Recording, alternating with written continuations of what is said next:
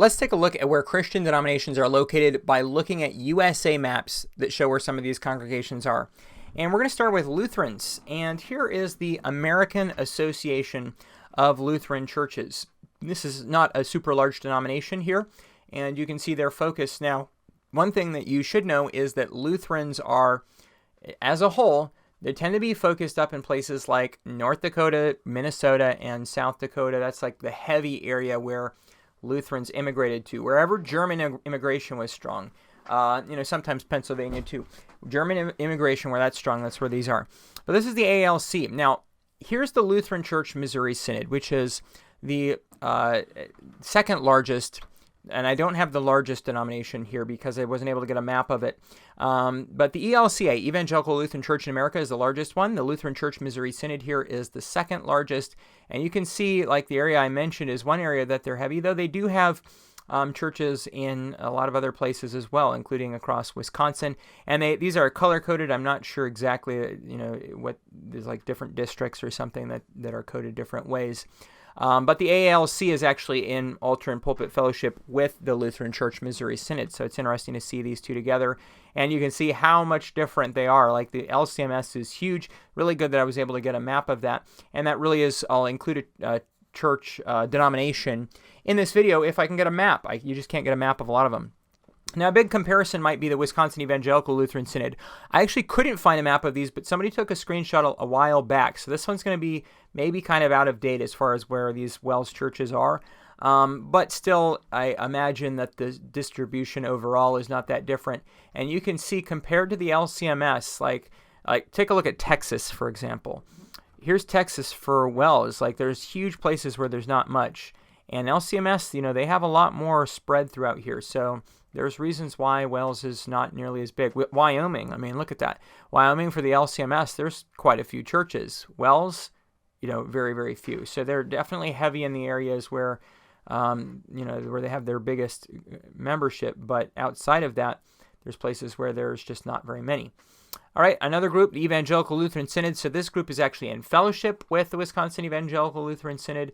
So you can see, it's not like it adds a lot of geographic density to WELS to have them because they're in a lot of the same places. Church of the Lutheran Confession, a conservative group, you might say, they split out of the Synodical Conference because, they said groups like what would eventually become WELS weren't doing it fast enough. Or I think WELS actually existed at the time, right? But they stayed in the Synodical Conference, and so CLC, they said, well, you guys are staying too long. We don't believe we should have fellowship with some of these groups. They exited, and eventually WELS would too, but they never joined up. And you can see CLC is actually in some of the same exact areas. Lutheran Congregations in Mission for Christ. This one is a group that split from the ELCA. Primarily, their main issue at the time was over questions surrounding the Episcopal polity and the agreement with the Episcopal Church, called the Common Mission document. And LCMC, you can see, once again, this kind of looks like a traditional Lutheran distribution, really heavy up here in Wisconsin, Minnesota, a little bit in the Dakotas, also some here on the border between Iowa and Nebraska, and then some other places also. And then the North American Lutheran Church, another split from the ELCA, and this one's a little bit more recent though. And you can see that they have, this is like Pennsylvania, there's a lot more Lutherans from the NALC than pretty much any of these other denominations that we looked at. Like there's a huge missing chunk here, Pennsylvania, even the LCMS and WELS. NALC's got quite a few there. It's kind of an interesting thing to notice that one particularly. Association of Free Lutheran Congregations. So the AFLC, the Free Lutherans, you can see they are very heavily focused here on this main Lutheran stronghold from North Dakota, Minnesota, South Dakota, Wisconsin. And once you get outside of that, I guess these little green churches here are individual congregations, and there's not a lot outside of that main area. Apostolic Lutherans, I unfortunately don't have maps of all of them, like the Laestadian Lutheran Church. There's a few other different groups. This one's really interesting. Look at the UP in Michigan. There's like a little pile here, whereas like in the rest of Wisconsin and Michigan, there's not that many. But bam, right in the UP, a whole bunch. I'm not sure why exactly that is. And then over here next to Portland, Oregon, there's a bunch also for their size at least. Church of the Lutheran Brethren. What's interesting about the CLB is that they actually started in Milwaukee, Wisconsin. That was where their first church was. And look at this. Like, there's not one within 100 miles. Well, maybe 50 miles. I don't know exactly the distance there. And then they're really spread out here in up through Minnesota and North Dakota, and then a little bit in a few other spots. So interesting for the CLB. If you attended a CLB church, though, you might say, oh, like, I'll just attend another CLB, and not realize how the CLB, they have distinctive doctrine, a pietist Lutheran denomination, but they're also, the ability of you to attend one or even to know about their existence is dependent on you living in a very precise portion of the United States. Same thing for Eldona. The Evangelical Lutheran Diocese of North America, they have particular doctrines that they're focused on, like universal objective justification, their disagreement with that. But if you don't like UOJ and you live in Montana, Idaho, or Wyoming and you're a Lutheran, good luck, right? Because it's as far as their precise doctrine, it's only these very particular locations that you can find an Eldona church. Evangelical Covenant Church, so this is a pietist denomination that has some of the same roots as the Evangelical Free Church, and you can see they have some of that same northern focus. They have churches that came from, for example, Norway or Sweden, immigrant congregations, and today they're no longer an exclusively ethnic church. But there's also places where there's certainly areas of the country. There's a lot of people in the south, and there's not a lot of these churches. So they're focused more in the north and then on the west coast, it looks like. Okay, so here's also an extremely geographically focused one. We're going to actually look at a few like miscellaneous denominations, leaving Lutherans, for example, and the Evangelical Covenant Church is also kind of a miscellaneous one, although they do have Lutheran pietist heritage. Berean Fellowship churches were started in Nebraska, and as you can see here, they have mostly remained there. A Nebraska denomination, kind of interesting. A person might think, oh, Berean Fellowship churches are everywhere if they lived in Nebraska, but nope, they're mostly just in Nebraska. Grace Advance churches. So if you haven't heard of Grace Advance, you've probably heard of John MacArthur. These are churches that are, I guess, started kind of outside of Master's Seminary or somehow in connection with his, because John MacArthur, his program is called Grace to You, and so they use this grace thing quite a bit. And so these churches here are ones that are connected in a special way, at least, with his ministry. Grace Gospel Fellowship. So John MacArthur calls himself a leaky dispensationalist. Well, Grace Gospel Fellowship, these are what would be called by other dispensationalists. They would call these hyper-dispensationalists, but they're actually called mid-acts dispensationalists. And very interesting theology. I have video on their theology on my channel, and this is one group of them. And you can see they also have certain areas where there's more of them than others, particularly looks like Michigan is like a focus, and then a scattered group here in Indiana. But there's certainly, like, if you just look over here, look at like Salt Lake City. Like if you were in Salt Lake City, you've got to go a long ways to try to find one because there's just this hole in the western U.S. Same for the Moravian Church. This actually was surprising to me to see how geographically isolated the Moravian Church is. It's, certain places there's like bunches of them. Little spot over here in North Carolina, and then up in New York, and then in Milwaukee and Minneapolis.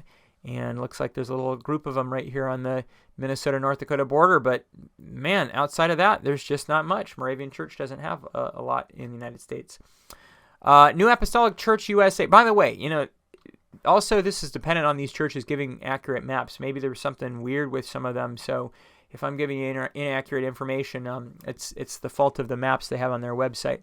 And some of them may not have been updated extremely recently either.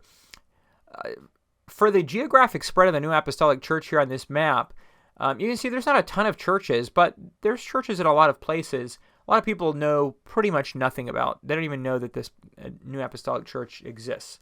Like they would say, oh, is this a Pentecostal denomination, a charismatic denomination?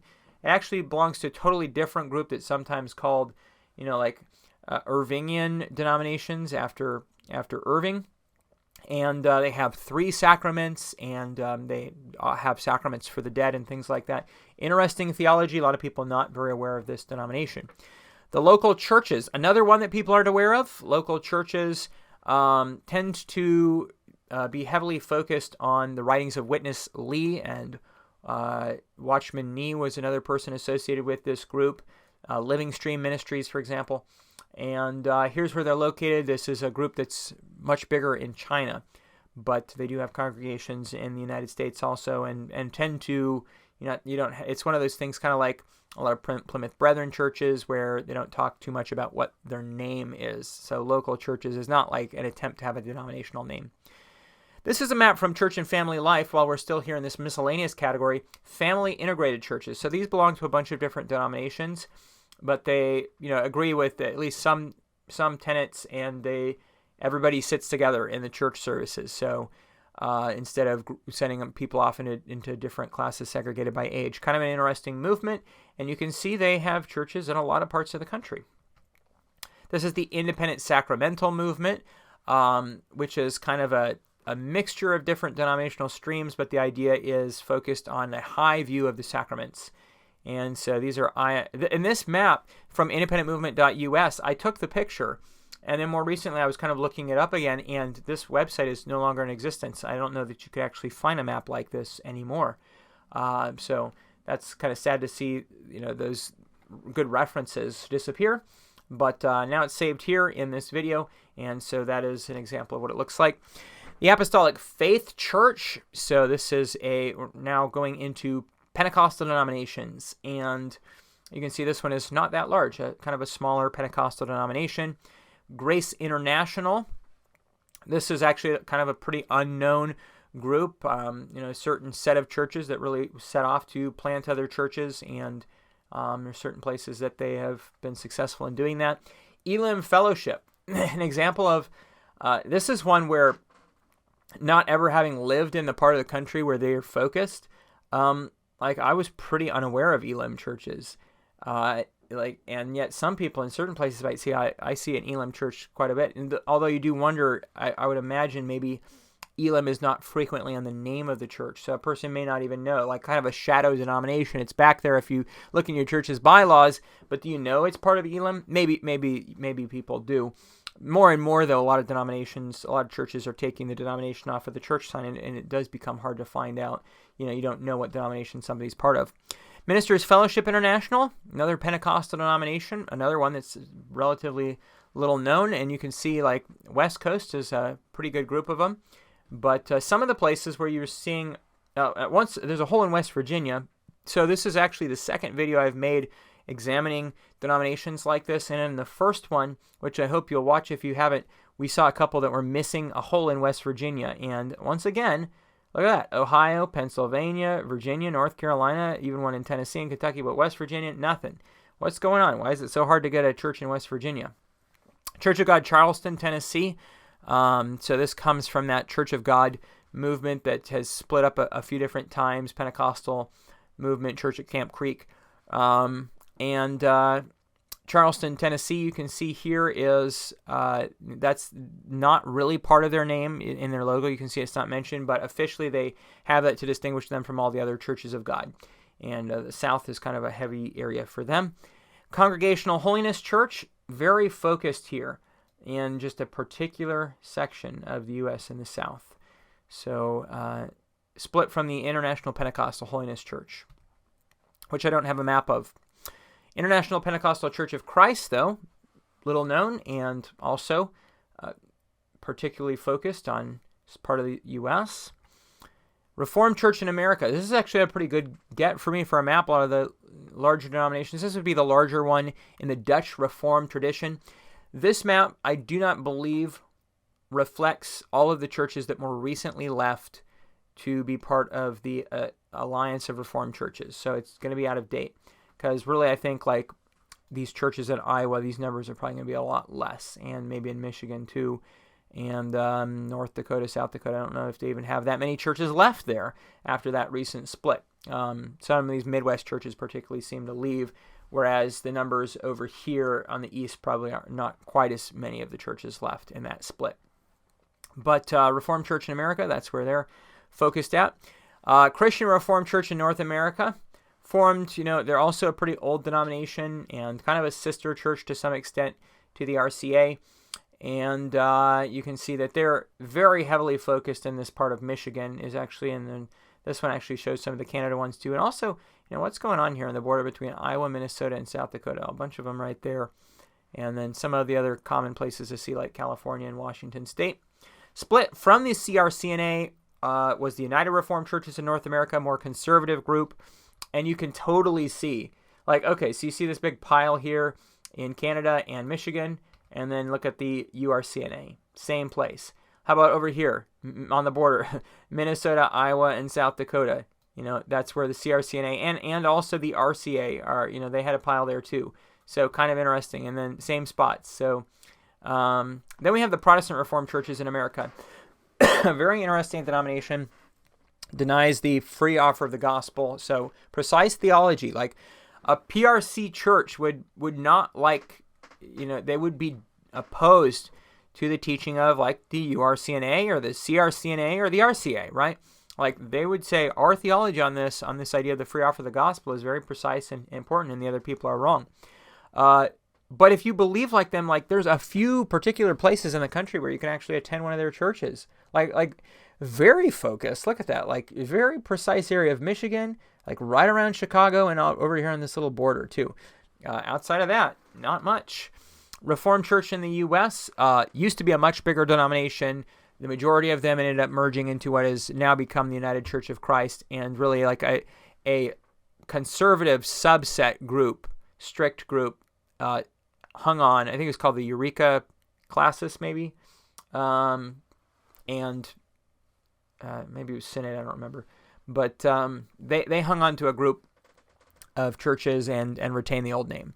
But most of the tradition of the RCUS is actually in the United Church of Christ today. Community of Reformed Evangelical Churches. So this is a extremely, you would say, maybe politically conservative group that's actually got some kind of interesting things going on, allows different confessions of faith. And most well known for Doug Wilson, who was involved in starting the denomination and has Canon Press, and his church would be up here on the border of Washington and Idaho. But a lot of church, there's quite a bit of different locations. It's not a particularly large denomination, but my understanding is it's actually growing quite significantly. Acts 29. So looking at Reformed churches as we've been doing, Acts 29, at least you'd say, is Calvinistic. Although what some people call Reformed, not all these churches would meet all those definitions. And you can see here they're spread. Really a little slice of Colorado that they have, and several other places. Interesting distribution that they have. And then the Bible Fellowship Church. So this actually was originally a Mennonite denomination, and then they became Reformed. And they're extremely focused over in some of the areas where other Mennonites are actually at, like Pennsylvania. So there's just a particular place we can find them, and then a couple other churches outside of that area. Talking about Presbyterians, still in the Reformed category, ECO, a Covenant Order of Evangelical Presbyterians, split from the PCUSA, which is the largest Presbyterian denomination. I do not have a map of them. But ECO, you can see here, California, really the areas North, South Carolina, Georgia, Pennsylvania, New Jersey. That's where they're most heavily focused. And in the Midwest, not nearly as much. Then you have the Evangelical Presbyterian Church. So it's interesting is to see some of the focus areas are the same, but they do have a little bit more of Midwest presence. Like look at Kansas City and the EPC compared to ECO. A lot of places are pretty similar, though, between the two of them. Here's the Reformed Presbyterian Church of North America, the Covenanters, as they might be called. Very precise areas that they are. Like even though they're spread throughout, you can see like, in any state that they're in, there would be large areas where you really just can't attend a church. So it's very much depends on if there's a church near you. Vanguard Presbyterian Church, a more recently forming group, even more conservative. I think most of the churches left the Presbyterian Church in America, if I'm correct on that. And so they're small, forming denomination. Cumberland Presbyterian Church, very interesting one here. Focused on the Cumberland River Valley, but you can see that they have definitely retained, like, they're not a Southern church, they're not Rust Belt, they're not Midwest. There's a particular section of the country, that's where they are. And they also have interesting theology for a Presbyterian denomination. Let's look at Orthodox. Here's the Greek Orthodox Archdiocese of America, the Greek Orthodox. Now, this is one of the reasons probably why in the U.S. when people talk about Orthodox, sometimes they'll just say Greek Orthodox. You notice Americans sometimes they say like Greek Orthodox, or they say Russian Orthodox, and instead of like that, it becomes a synonym for Eastern Orthodox. Well, Greek Orthodox have been the largest group in the U.S. For I think pretty much as long as there's been Orthodox churches in the U.S., and so that's one of the reasons. And you can see there's quite a few, especially here along the East Coast. But nonetheless, there are definitely cities where it's hard to find them. Here is the Antiochian Orthodox Christian Archdiocese of North America, and you can see not as many as the Greek, but a better geographical spread than some denominations have. Russian Orthodox Church outside of Russia. So let's look back. There's compared to the Antiochian, Russian, Antiochian, Russian. A lot of the same places, really. If you have one, you have the other. Here's the Serbian Orthodox Church in North, Central, and South America. That one's kind of interesting to see where their spread is. A good pile of them over here, like between Milwaukee and Chicago. And the Coptic. So now we're looking at Oriental Orthodox. And this map is a little bit hard to see the way they've laid this out. But there's a lot of Coptic churches in the U.S., especially over here on the East Coast and over in California. And then another Oriental Orthodox, the Eritrean Orthodox. Too bad I didn't have the Ethiopian one.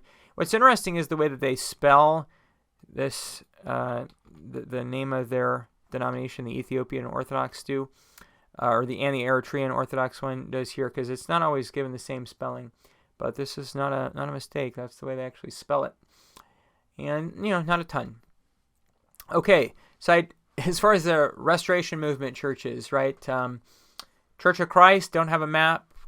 Disciples of Christ, no map. Independent Christian churches, no map. But I do have the International Churches of Christ. And you can see, as far as the denomination of their size, they're not all piled in one place. They did try to hit, it looks like they've had church planting movements that have tried to hit throughout the United States. And then a split from them, the International Christian Churches, which is actually founded by the same guy who founded the International Church of Christ, but he left them and started this one instead. And you can see they're not all that large at this point. True Jesus Church, pretty unknown in the United States, a little bit more known in China, and you can see they do have some churches, but mostly on the coasts. Church of our Lord Jesus Christ of the Apostolic Faith. So when we started with the True Jesus Church, we're starting with non-Trinitarian churches. True Jesus is Oneness Pentecostal. So is this one. And you can see they're kind of there's not a lot of churches, not very many congregations actually next to each other. They tried to spread them out a bit more. Kind of interesting there. Church of God General Conference is what they call Biblical Unitarian. So they would have a Unitarian view. God the Father is God, and God Jesus Christ is not God. He was a man and had some divine quality, but not the true God himself. And Holy Spirit is not a person. And they're also somewhat focused, like places you can find these churches, other places you can't. Church of Christ Scientists, in other words, Christian Science. I wish their map didn't have the thing where it puts them in the little circles and showed us every congregation. You can still see there are actually a lot of places that have Christian Science churches, and this is just their congregations. It's not like all of their reading rooms and things like that. Church of Jesus Christ of Latter-day Saints, informally known as Mormons. I think this is a map of their wards, and you can see they are, throughout the U.S., they're very, very well spread out. There's one of these churches, every state has them. So they're a pretty national church. Then we have the Church of Jesus Christ, also known as the Bickertonites, I believe. Is that right? They're another Latter-day Saint denomination, and these ones obviously much smaller. Then we have the Church of God Seventh Day. So this is an Adventist group, not the same as the Seventh-day Adventist Church. These are not Trinitarian. Seventh-day Adventist Church does believe in three persons in the Godhead. Church of God Seventh Day does not believe in the personhood of the Holy Spirit. So they believe in a binitarian view, God the Father and God the Son in the Godhead. Interesting to see that Chicago has a bunch, but otherwise Illinois, Indiana, Ohio doesn't really have that many, and there's kind of like a oval surrounding them outside of that area. Church of God Network. So this is the Worldwide Church of God, Herbert W. Armstrong and his group. Churches formed in that tradition. Then they later on, that church basically split up. This is like a combination of all of the different denominations that come from that, with some exclusions. The Church of God Network, this is an unofficial website, and they have like a statement of faith. So I think they've excluded like the Philadelphia Church of God from it because of the prophecies of Gerald Flurry, but still has quite a few of those denominations represented here. One of them would be a Church of God, a Worldwide Association, and they also had a map, so here's where they're located. Seventh-day Adventist Reform Movement. Another one of these, this is an Adventist group, and whether they are Trinitarian or not is a bit of a tough question. You can watch my video on the SDA Church versus SDA-RM if you'd like to hear more about that. And a lot of people aren't aware of them, but they're their own separate denomination from the SDA Church, and here's where their congregations are. 12 tribes. Very interesting group here, the 12 tribes are. And you can see that they do have a few different places where their churches are after being formed relatively recently, and these are all like communal colonies. They don't call them colonies. I don't even think they like that term, but there's like houses, and they live together in their houses and on their farms or whatever. And then some yellow delis here. That's the little yellow things here where their delis are that they have that are run by their members. Seventh-day Baptists. Now, these are mostly just like Baptists, right? Seventh-day Baptists are Trinitarian. They look pretty much like a normal Baptist, except they worship on the Sabbath. So put them in here with the other Sabbatarian groups, which we started at with Church of God. Seventh-day is Sabbatarian, also Church of God Network, and Seventh-day Adventist Reform Movement, 12 tribes, and Seventh-day Baptists are Sabbatarian. So very interesting to take a look at these. And actually with Seventh-day Baptists, that finishes up the last of the denominations that I'm going to show you here. And so this was a part 2 video. If you want to see about Anabaptists and holiness and Catholics and Methodists, then go back and watch the first video in this series. And I'm still collecting these maps. It's hard to find them. And so I'll keep doing that, and if I get another group, maybe I'll make another video at some time showing some more of them. If you like this video, give it a thumbs up, and thanks for watching here on Ready to Harvest.